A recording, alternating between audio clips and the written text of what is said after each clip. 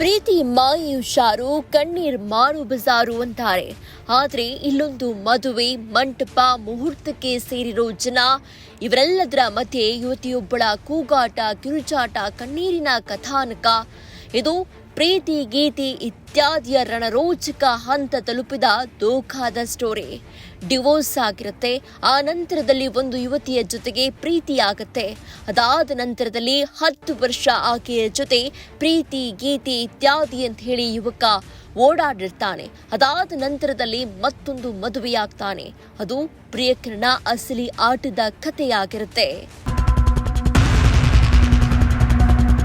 ಇಲ್ಲಿ ಕಾಣಿಸ್ತಾ ಇರೋ ಯುವಕನ ಹೆಸರು ಶರತ್. ಚಿಕ್ಕಮಗಳೂರು ತಾಲೂಕಿನ ಕಲ್ಯಾಣ ನಗರದ ನಿವಾಸಿ. ಈ ಶರತ್ ಮೊದಲು ಒಂದು ಮದುವೆಯಾಗಿರ್ತಾನೆ. ಅದಾದ ನಂತರದಲ್ಲಿ ಆಕೆಯಿಂದ ಡಿವೋರ್ಸ್ ಪಡ್ಕೊಳ್ತಾನೆ.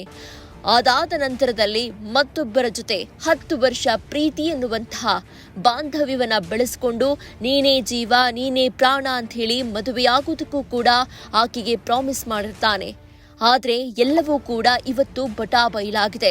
ವಿವಾಹದ ವಿಚಾರ ತಿಳಿದ ಪ್ರಿಯತಮೆ ಮದುವೆ ಮಂಟಪಕ್ಕೆ ನುಗ್ಗಿ ಗಲಾಟೆ ಮಾಡಿದ್ದಾಳೆ. ತನಗಾಗಿರೋ ಮೋಸದ ಬಗ್ಗೆ ಎಲ್ಲರ ಮುಂದೆ ಹೇಳಿಕೊಂಡಿದ್ದಾಳೆ. ಇದೇ ವಿಚಾರಕ್ಕೆ ಪೊಲೀಸರ ಜೊತೆಯೂ ಕೂಡ ಆಕೆ ಮಂಟಪಕ್ಕೆ ಎಂಟ್ರಿ ಕೊಟ್ಟಿದ್ದು ರಂಪಾಟ ಮಾಡಿದ್ದಾಳೆ.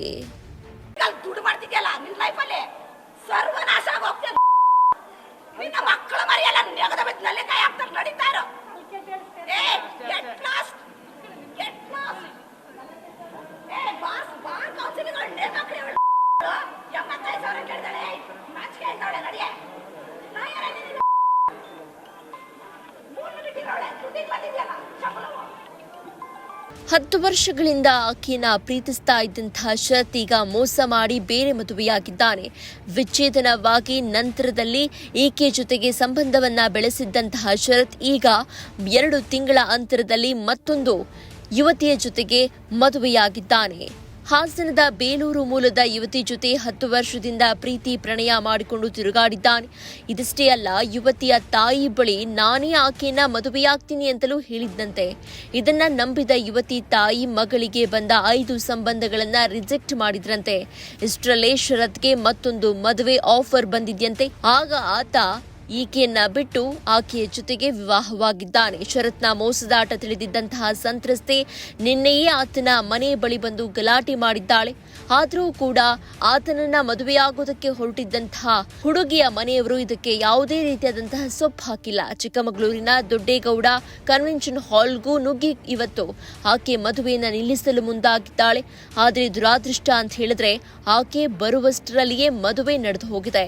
ಈ ವೇಳೆ ಕಲ್ಯಾಣ ಮಂಟಪದಲ್ಲಿ ಯುವತಿ ತನ್ನ ಗೋಳನ್ನ ಹೇಳ್ಕೊಂಡಿದ್ದಾಳೆ. ಸ್ಥಳಕ್ಕೆ ಬಂದ ಪೊಲೀಸರು ಈಕೆಯನ್ನ ಸಮಾಧಾನ ಪಡಿಸಿದ್ದಾರೆ. ಇದಿಷ್ಟೇ ಅಲ್ಲ, ಯುವತಿ ಶರತ್ ವಿರುದ್ಧ ಅಟ್ರಾಸಿಟಿ ಸೇರಿದಂತೆ 3 ಕೇಸ್ಗಳನ್ನ ದಾಖಲಿಸಿದ್ದಾಳೆ.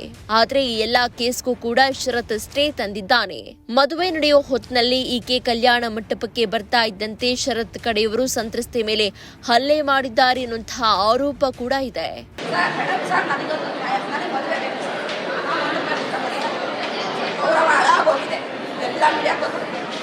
ನನ್ನ ಲೈಫ್ ಹಾಳಾಗಿದೆ, ಫಿಸಿಕಲಿ ಹಾಳು ಮಾಡಿದ್ದಾರೆ, ನಮ್ಮ ತಾಯಿಗೆ ಎಮೋಷನಲಿ ಹಾಳು ಮಾಡಿದ್ದಾರೆ. 5-6 ಸಂಬಂಧಗಳನ್ನ ಒಳ್ಳೊಳ್ಳೆ ಸಂಬಂಧಗಳನ್ನ ತಪ್ಪಿಸಿದ್ದಾರೆ. ಇದೆಲ್ಲ ಹಾಳಾಗೋಗಿದೆ ಜೀವನ. ಕರೆಕ್ಷನ್ ಆಗಬೇಕು. ಜೊತೆಗೆ ಶರತ್ 4,50,000 ರೂಪಾಯಿಯನ್ನ ಈ ಸಂತ್ರಸ್ತೆಯಿಂದ ಪಡೆದಿದ್ದಾನಂತೆ. ಶರತ್ ನನ್ನ ಮದುವೆಯಾಗಬೇಕು, ಇಲ್ಲ ಅಂದ್ರೆ ನಾನು ವಿಷ ಕುಡಿತೀನಿ ಅಂತ ಹೇಳಿ ಇದೀಗ ಈ ಸಂತ್ರಸ್ತೆ ಪಟ್ಟು ಹಿಡಿದಿದ್ದಾಳೆ. ಏನೇ ಹೇಳಿ 10 ವರ್ಷ ಒಬ್ಬ ಹುಡುಗಿಯನ್ನ ಪ್ರೀತಿಸಿ ಆ ನಂತರದಲ್ಲಿ ಇನ್ನೊಂದು ಮದುವೆಯಾಗುವುದಕ್ಕೆ ಈ ಯುವಕ ಹೊರಟಿದ್ದು ನಿಜಕ್ಕೂ ಕೂಡ ಅಕ್ಷಮ್ಯ ಅಪರಾಧ. ಈ ಒಂದು ಕೇಸ್ಗೆ ಸಂಬಂಧಪಟ್ಟಂತೆ ಸತ್ಯಾಸತ್ಯತೆಯನ್ನ ಪರಿಗಣಿಸಿ ಪೊಲೀಸರು ಶರತ್ಗೆ ತಕ್ಕ ಶಾಸ್ತಿಯನ್ನ ಮಾಡಬೇಕಿದೆ.